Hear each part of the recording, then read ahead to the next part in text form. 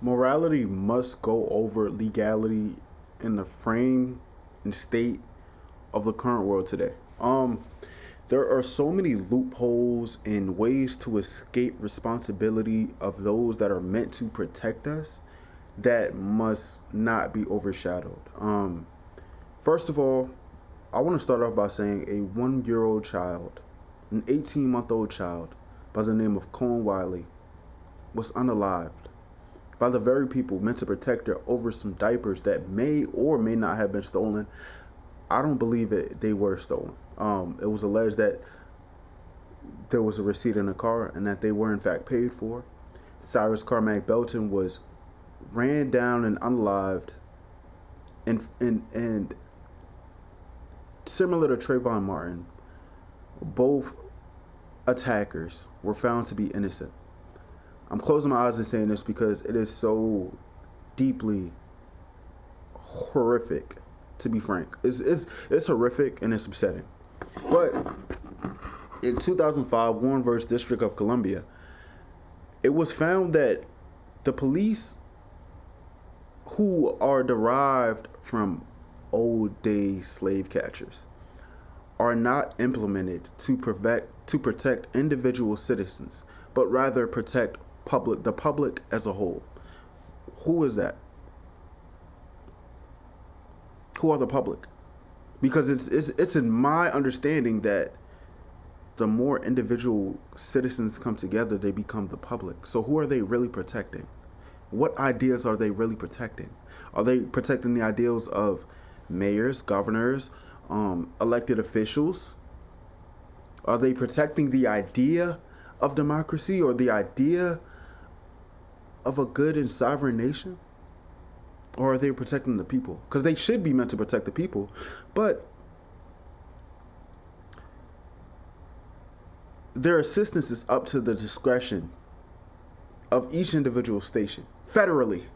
That means across the whole United States.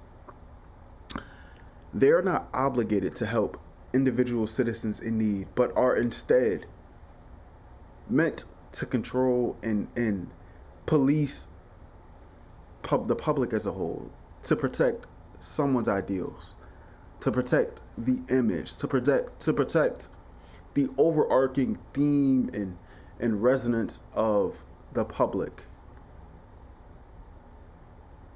But those are the individual people. So in a world where we see children, and like I said, I speak from the lens of black children because I was a black child and I'm a black man. But these things are deeply rooted in my heart because these are my closest of locale. Those are the situations in which I care about the most because I can see myself within those situations the most, which is a natural human instinct. But seeing that, it makes sense as to why there is so much distrust within the community and over policing, which leads back into just politics in general, and why some people are skeptical of the ideas of people who are sent to be on our side, but essentially never do the real good necessary for us. There are people in Congress, people in the House of Representatives, people in office who claim to be progressive. And unfortunately, they are the opposite of that. The epitome of the opposite of that. So morality must be over legality, because legality should never supersede what you understand to be correct. Never. Just the fact of there's a statute of limitations.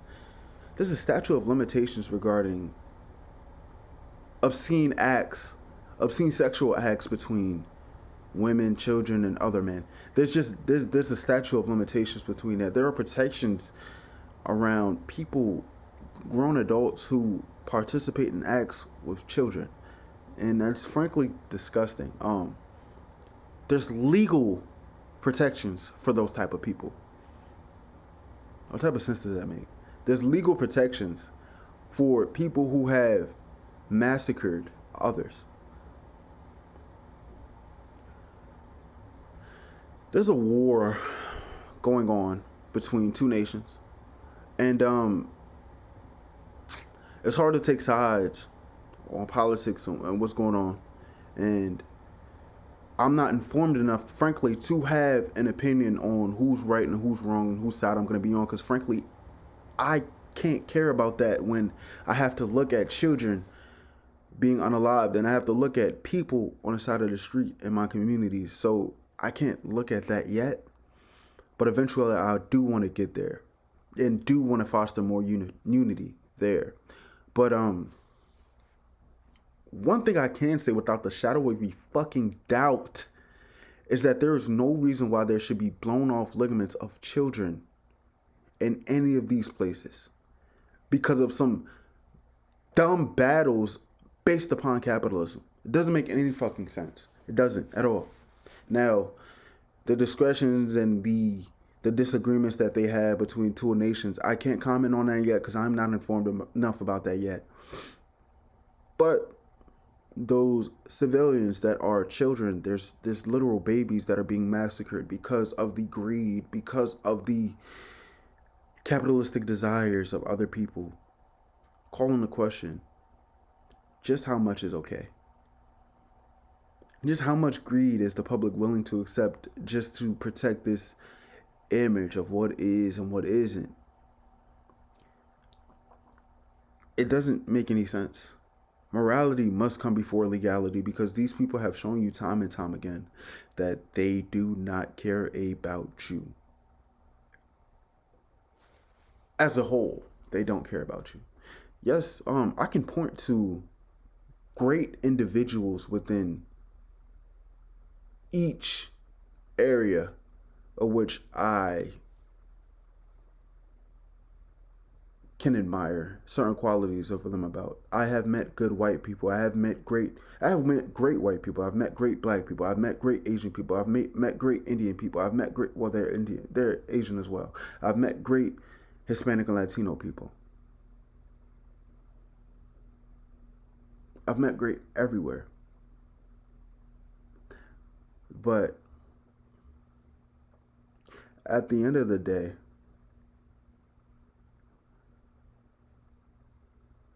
there is something that must be done about the sheer atrocities. And I believe it starts with a shift in the viewpoint and a shift in the education and a shift in the knowledge of what's actually going on right before our very eyes. We're witnessing the unaliving of innocent people, of children, of women, and even of innocent men. We're witnessing their unalivement.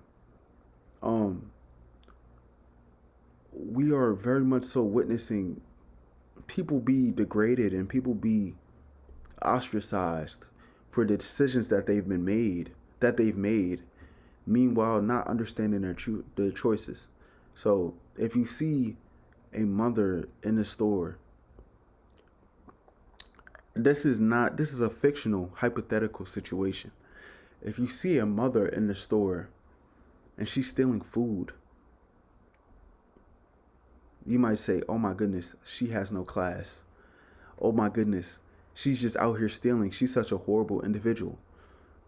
Meanwhile, that woman has 2-3 jobs, is barely paid enough to support her children, barely paid enough to support herself. And she's literally trying to survive on a system that has systemically condemned her, systemically ostracized and disenfranchised her. But she's a bad person. But her decision to steal is so unbelievably classless and disgusting. But when she has the other choices, those choices are being more and more diminished by the day, by the second. She's not able to get a job that actually feeds her. And it's just strange. It's very strange. You can go on TikTok, and it's not just TikTok, because I, at the age of 22, where I've been, I've had the privilege going from Long Island to Coral Gables, Miami, and a lot of affluent areas. I've had the privilege to come across a broad, diverse set of people. And I've had conversations with people who are not so successful, people that are successful, people that are super successful. I have the mayor of Coral Gables' phone number, and I've met people at different events and stuff like that, and different type of talks that I have been able to and been privileged enough to share insights with, and I value their insights, though those overarching people that make up essentially the ruling class. And I've also had the privilege of speaking to those people who are less, those people, some people who are struggling, some people, some are even homeless at certain points in time, and they both have the propensity to be outstanding humans and individuals. Their character, both of them have the ability to be rich in character. And more oftentimes than not, unfortunately, I find myself seeing a more rich and developed character within those people who are more disenfranchised. And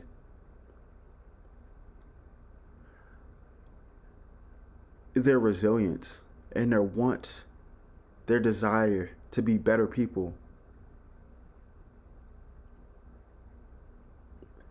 frankly, should be applauded. But at the end of the day, it's very difficult to live within a society that is predicated upon control. And within that control, they are able to disenfranchise, abuse, and sentence you to fates of their choosing legally. They built legal ramifications and a legal framework for a society that systemically disenfranchises people based upon skin color, gender, religion, a number of different things, of which those people consider not to be desirable. So ultimately, I want people to begin to think morally and less legally. And it's very difficult, for sure. But we have to understand that we've all been wronged at some point in time. But you can understand that, hey, if someone is trying to rob me and I alert the authorities and I end up having to protect myself, then that's what I'm going to have to do. And I cannot consider what is legally correct or what I should legally be doing at the expense of my own livelihood. And that should never be the case, ever. But I believe this is a topic I will be consistently revisiting. This concept between morality and legality, because morality is something that should be inherent, something that should be natural, something that should be more universally understood. Like, you shouldn't need to be spoon-fed what's right and wrong to understand what's right and wrong. You can just understand how to be a good individual and how to be a good person and what should be done in order for more positivity and continuous growth. And legal laws shouldn't have to be set in place for you to understand that.